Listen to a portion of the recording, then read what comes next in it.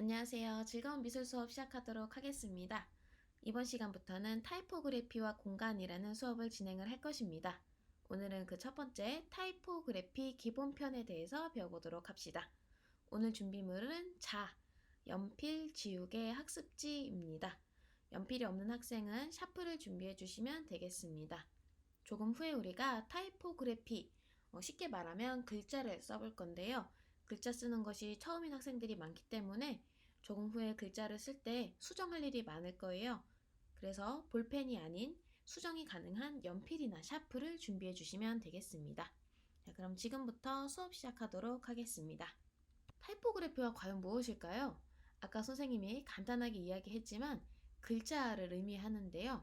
글자를 동그랗게 쓸지 네모나게 쓸지 그리고 글자의 색깔은 어떤 식으로 할지 이 모든 것들을 고민해서 디자인하는 것을 타이포그래피라고 합니다. 요즘 디자인하는 학생들 사이에서 키네틱 타이포그래피 영상을 만드는 것이 유행하는 것 같아요. 그래서 유튜브에 김라돈이라는 유튜버가 만든 아이유의 셀러브리티라는 노래에 맞춰서 만들어진 키네틱 타이포그래피 영상을 하나 링크를 추가해 두었습니다. 궁금한 사람들은 오른쪽 위에 클릭해서 보고 오시면 되겠습니다. 지금 아래에 보이는 이 사진들이 영상 속에 나오는 장면들 중에 이제 일부분입니다. 어떤 글자는 붓글씨처럼 써 있고 어떤 글자는 이렇게 빛이 나는 것처럼 되어 있고 얇을 수도 있고 또 어떤 글자는 좀 두꺼울 수도 있고 다양하게 이렇게 글자의 변화를 주는데요. 이 모든 것들을 고민해서 디자인하는 것을 타이포그래피라고 합니다.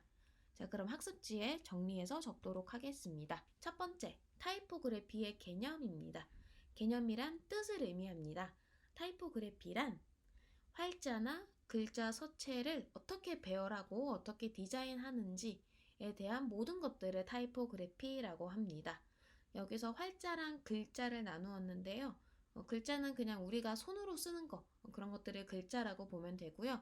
앞에 나와 있는 이 활자라고 하는 거는 직지심체 요절이라든지 팔만대장경처럼 금속이나 목판 이렇게 활자를 깎아가지고 판화처럼 찍어서 만든 것들이나 아니면 선생님이 지금 여러분에게 나눠준 그런 학습지처럼 컴퓨터 프린터로 인쇄되어 있는 것들은 활자라고 합니다. 그러니까 이런 활자나 아니면 우리가 손으로 글자를 쓸 때 글자를 가로로 배열할지 세로로 배열할지 아니면 글자를 좀 흘려서 쓸지 아니면 네모 반듯하게 쓸지 이런 것들을 생각해서 쓰는 것을 타이포그래피라고 합니다. 그러니까 여러분들이 이 다음번에 타이포그래피를 작성할 때는 주어진 범위 안에서 그러니까 주어진 종이 안에서 어떻게 글자의 판독성 그리고 가독성 아름다움 내용 표현을 어떻게 할 것인지를 여러분들이 생각을 해주시면 되겠습니다. 여기 지금 나와 있는 판독성과 가독성이 무엇인지는 지금 바로 알아보도록 하겠습니다. 자, 첫 번째로 타이포그래피의 특징을 한번 알아봅시다. 아까 전에 이야기했던 그 판독성과 가독성에 대해서 설명을 할 것인데요. 타이포그래피의 특징이 정말 여러 가지 있지만 여러분들이 나중에 타이포그래피를 만들 때 꼭 주의해야 될 것 두 가지 알려주도록 하겠습니다. 지금부터는 종류가 다른 글자가 위아래로 나올 건데요. 여러분들이 어느 쪽이 더 잘 보이는지 먼저 한번 이야기해 보면 좋겠습니다. 자, 첫 번째입니다. 자, 첫 번째는 위아래에 지금 이렇게 다른 글자가 나와 있는데요. 글꼴을 다르게 해보았습니다. 위에 있는 글자는 네모 반듯하고 조금 두꺼워요. 그 다음에 아래에 있는 글자는 약간 붓으로 쓴 것 같고요. 서체가 조금 얇습니다. 이 두 가지 글자 중에서 어떤 것이 더 잘 보이나요? 그렇죠? 위에 있는 게 상대적으로 조금 더 잘 보이는 것 같습니다. 이제 두 번째 보겠습니다. 두 번째는 크기를 다르게 해보았어요. 어떤 글자가 조금 더 잘 보이나요? 네, 아래에 있는 글자가 조금 더 잘 보인다고 하는 학생들이 많을 것 같아요. 그 다음에 세 번째입니다. 자, 어떤 글자가 한눈에 확 들어왔죠? 네, 위에 있는 글자가 한눈에 조금 더 확 들어오는 것 같아요. 두께의 차이를 주어봤고요. 그 다음에 이제 네 번째 가겠습니다. 네 번째는 색깔입니다. 자, 어떤 글자가 한눈에 더 들어오나요? 조금 더 잘 보이는 거는 위에 있는 글자가 조금 더 잘 보인다고 할 수 있겠습니다. 지금 이거는 색깔의 차이인데요. 배경과 비슷한 회색으로 글자 색깔을 하는 것이 아니라 배경과 완전 반대인 흰색을 썼을 때 글자가 조금 더 눈에 띕니다. 여러분들이 나중에 이제 PPT 같은 거를 만들게 될 때 이런 것들을 신경을 써 주었으면 하는 마음에 이렇게 준비를 해 보았으니까요. 여러분들이 나중에 시각 자료를 만들거나 PPT 자료를 만들 때 글자의 글꼴, 크기, 두께, 색깔을 고려해서 만들면은 훨씬 더 눈에 잘 띄는 PPT나 시각 자료가 될 것입니다. 자, 그럼 정리하도록 하겠습니다. 이런 식으로 글꼴, 크기, 두께, 색에 따라서 글자가 눈에 잘 보이기도 하고 안 보이기도 합니다. 이런 것을 글자의 판독성이라고 합니다. 판독성이 타이포그래피의 첫 번째 특징이었습니다. 자, 그럼 이제 두 번째 특징 보도록 하겠습니다. 두 번째는 글자가 잘 보이느냐, 눈에 잘 띄느냐가 아니라 글자가 얼마나 잘 읽히는지를 보시면 되겠습니다. 자, 첫 번째입니다. 첫 번째는 자간을 다르게 해보았어요. 자간이란 글자 간의 간격을 의미하는 거고요. 위에 있는 글자는 양옆을 확 붙여봤고요. 밑에 있는 글자는 글자 간의 간격을 더 떼보았어요. 어떤 것이 조금 더 잘 읽히나요? 아래에 써져 있는 글자가 한눈에 조금 더 빨리 읽히는 것 같아요. 그 다음에 두 번째 보겠습니다. 두 번째는 행간입니다. 행간은 위아래로 이렇게 붙이거나 아니면 띄거나 해보았는데요. 어떤 것이 조금 더 잘 보이나요?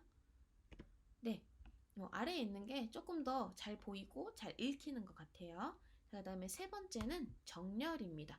정렬은 사실 사람에 따라 다르고요. 상황에 따라 다릅니다. 오른쪽에 이렇게 놓을 수도 있고 뭐 왼쪽 정렬할 수도 있고 아니면 가운데 정렬할 수도 있습니다. 대부분 제목 같은 경우에는 가운데 정렬을 하면 조금 잘 보이고요. 한국어 같은 경우에는 왼쪽에서 오른쪽으로 읽기 때문에 왼쪽 정렬을 해놓으면 조금 더 수월하게 읽힙니다. 자, 이런 식으로 자간, 행간, 정렬에 따라서 어떤 것은 쉽게 읽히고 잘 이해가 되는 반면 어떤 것은 이게 뭐라고 써놓은 거지 잘 안 읽히는 경우가 있어요. 이런 것을 가독성이라고 합니다. 이렇게 타이포그래피의 두 가지 특징인 판독성과 가독성에 대해서 알아보았습니다. 자, 그럼 이제 타이포그래피의 종류에 대해서 알아보겠습니다. 자, 타이포그래피 서체의 종류를 한번 알아볼 건데요. 사실 여러분이 알고 있는 서체만 해도 굴림체, 궁서체, 명조체, 도둠체 이런 식으로 서체가 굉장히 많아요. 그 서체들을 딱 두 가지로 크게 한번 분류해 보도록 하겠습니다.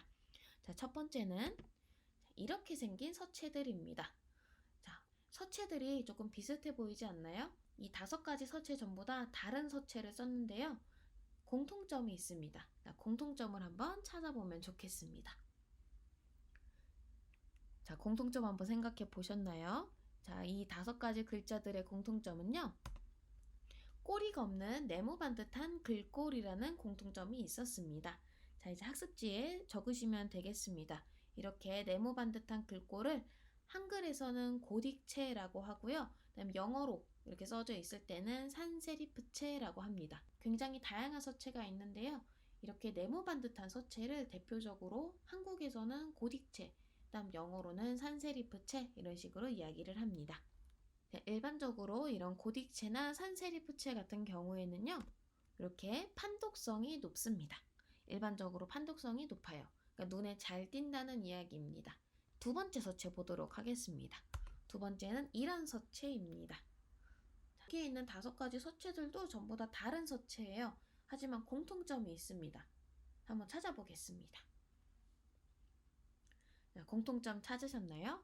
자, 이런 공통점이 있었습니다. 지금 아까 전에 봤던 그런 글자들은요. 꼬리가 있는 붓글씨 같은 글꼴이었어요. 그래서 이런 글자들을 한국어에서는 명조체, 그다음 영어에서는 세리프체 이렇게 이야기를 합니다. 여기서 얘기하는 꼬리, 지금 여기 노란색으로 표시되어 있는 이렇게 꺾여 있는 듯한 이런 것들, 그 다음에 지금 이 명조체 부분에서 볼 수 있는 이렇게 살짝 밑으로 살짝 이렇게 곡선으로 샥 하고 빠져있는 듯한 부분들을 꼬리라고 합니다. 그래서 이렇게 꼬리가 있는 붓글씨 같은 글자를 명조체 혹은 세리프체라고 이야기를 합니다. 자, 이런 명조체, 세리프체 같은 경우에는요. 일반적으로 가독성이 높습니다. 그러니까 잘 읽힌다는 이야기예요. 지금 잘 생각해보면 알겠지만 여러분이 갖고 있는 국어 교과서라든지 아니면 그냥 우리가 취미로 읽는 책, 이제 도서 이런 것들을 보게 되면 글이 막 길어져 소설 같은 게 나온다 그러면 대부분 이런 식으로 꼬리가 있는 이런 명조체의 글자들이 이게 좀 사용이 됩니다. 약간 이게 시지각적으로 봤을 때 우리가 이 꼬리들을 인식하지 못하는 사이에 이런 식으로 이렇게 이어서 이렇게 읽는다고 해요. 그래서 이렇게 꼬리가 있는 글자들이 조금 더 잘 읽히고 이해가 더 잘 된다고 합니다.